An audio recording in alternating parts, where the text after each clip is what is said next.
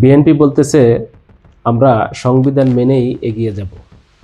এখন কথা হচ্ছে যে বিএনপি যদি সংবিধান করে এতটাই তারা সংবিধানকে তারা মানত, তাহলে সংবিধান অনুযায়ী কি বাংলাদেশে জুলাই বিপ্লব হয়েছিল? সংবিধান অনুযায়ী কি বাংলাদেশে অন্তর্বর্তীকালীন সরকার গঠন করা হয়েছিল? সংবিধান অনুযায়ী কি বাংলাদেশে এই 2026 সালে নির্বাচন হয়েছিল? সংবিধান অনুযায়ী তো তাহলে কোনো কিছুই হয় নাই।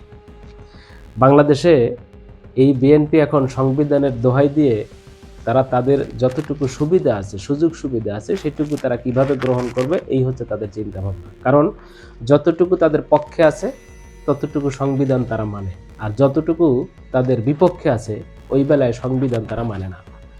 সংবিধানের দোহাই দিয়ে দিয়ে বাংলাদেশে বিগত 17 বছর আওয়ামী লীগ সরকার, শেখ হাসিনা বাংলাদেশের মানুষের পরে জুলুম, অত্যাচার, নির্যাতন অনেক কিছু তিনি করেছেন এই সংবিধানের দোহাই দিয়ে। মানে সংবিধান এমন একটা জিনিস, মনে হচ্ছে এটা কোরআন হাদিসের মতো, এটাকে আর পরিবর্তন করা যাবে না জিন্দিগিতে।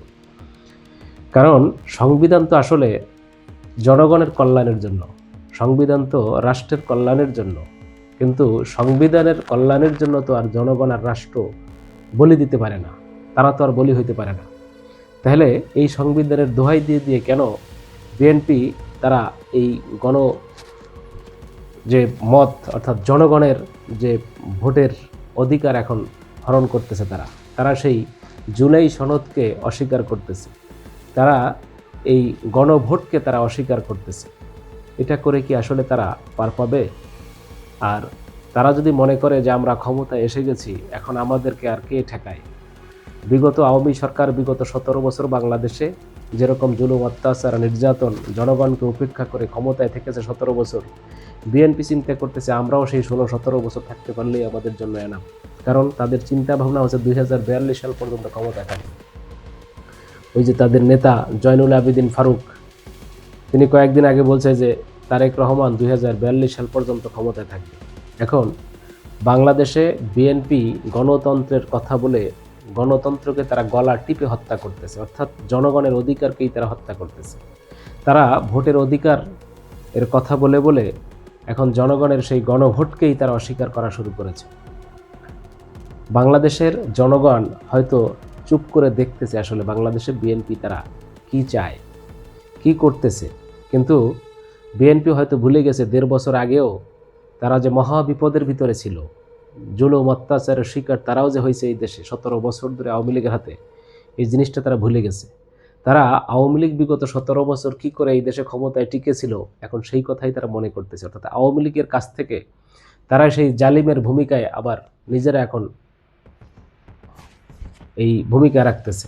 অর্থাৎ আওয়ামী লীগ বিগত 17 বছর যেই সমস্ত আকাম কুকাম দেশে করেছে, জনগণের বিরুদ্ধে গিয়ে, জনগণের ইচ্ছার বিরুদ্ধে গিয়ে, নিজেদের স্বার্থ এবং দলীয় স্বার্থ রক্ষার জন্য যা যা কাজ করছে, এখন বিএনপিও ঠিক সেই কাজ তারা শুরু করেছে। জনগণের এই গণভোট, যেখানে 70% জনগণ যেখানে রায় দিছে, যেখানে সারা বাংলাদেশের 4 কোটির উপরে গণভোটে হায়ের পক্ষে, অর্থাৎ যারা সংস্কার চাচ্ছে, পরিবর্তন চাচ্ছে, বাংলাদেশকে নতুন রাষ্ট্র হিসেবে দেখতে চাচ্ছে, বিএনপিও কিন্তু এতদিন সেই জুলাই সনদ বাস্তবায়নের কথা তারাও বলছে। এমনকি তারা তো সেই জুলাই সনদে তারা স্বাক্ষর করে আসছে, তারা তো এটাকে প্রতিশ্রুতি দিয়েই আসছে যে নির্বাচনের পরবর্তীতে আমরা এটা পরিবর্তন করব, অর্থাৎ জুলাই সনদ বাস্তবায়ন করব গণভোটের সিদ্ধান্তে যেটা হবে। এখন গণভোটের সিদ্ধান্তে জনগণ, এই দেশের 70% জনগণ ম্যান্ডেট দিছে হায়ের পক্ষে, অথচ তারা এটাকে এখন আদালতের মাধ্যমে ব্যবহার করে এখন জনগণের বিরুদ্ধে কিভাবে অবস্থান নেওয়া যায়, অর্থাৎ তাদের শুধু নিজেদের যে দলীয় সুবিধা, এই সুবিধাটা কিভাবে রক্ষা করা যায়। বাংলাদেশে 18 কোটি জনগণ গণভোটের পক্ষে তারা রায় দিছে, কিন্তু এই ক্ষেত্রে আসলে সবচাইতে এই গণভোটের বিরোধী কে, কার সুবিধা হবে বাংলাদেশে যদি এই জুলাই সনদ বাস্তবায়ন হয়, বাংলাদেশে যদি সংস্কার হয়, পরিবর্তন হয়, 18 কোটি জনগণের ভিতরে এমন কোনো ব্যক্তি আছে যার এটা বাংলাদেশে এই জুলাই সনদ বাস্তবায়ন হলে, গণভোটের স্বীকৃতি দেওয়া হলে এটা দেশের জন্য ক্ষতিকর বা কারো ব্যক্তিগত ক্ষতিকর? একমাত্র ব্যক্তি, সেটা তারেক রহমান। তারেক রহমান ছাড়া বাংলাদেশে কোনো ব্যক্তির ক্ষতি হবে বলে আমরা মনে করি না। এখন কি তাহলে তারেক রহমানের ইশারাই কেন বর্তমানে এটা চলতেছে যে হ্যাঁ জুলাই সনদ বাস্তবায়ন করা হবে না? কারণ তারেক রহমানের চিন্তা ভাবনা আজীবন বাংলাদেশে প্রধানমন্ত্রী হিসেবে থাকবে, কারণ জুলাই সনদ বাস্তবায়ন হলে 10 বছরের বেশি থাকা যাবে না। জুলাই সনদ হইলে 10 বছরের বেশি একজন রাষ্ট্রপতি হইতে পারবে না।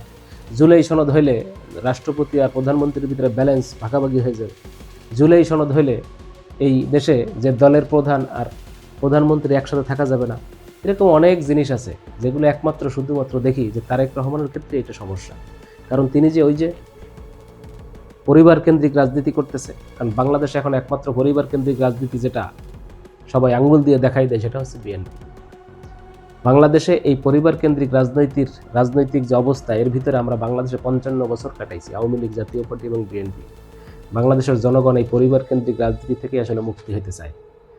তারা বিগত 1.5 বছর অন্তর্বর্তীকালীন সরকারের সময় আলাপ আলোচনা করে সংস্কার বিষয় নিয়ে যে এত জাতীয় ঐক্যমত কমিশনে আলোচনা হইল, দিনের পর দিন, মাসের পর মাস, সেখানে প্রতিদিন আনন্দ ফুর্তি, খাওয়া দাওয়া, জনগণের টাকা দিয়ে মৌজ মাস্তি, অথচ এখন 1.5 বছর বসে আলোচনা করে সেগুলো সব ভুল, সব এখন হারাম হয়ে গেছে।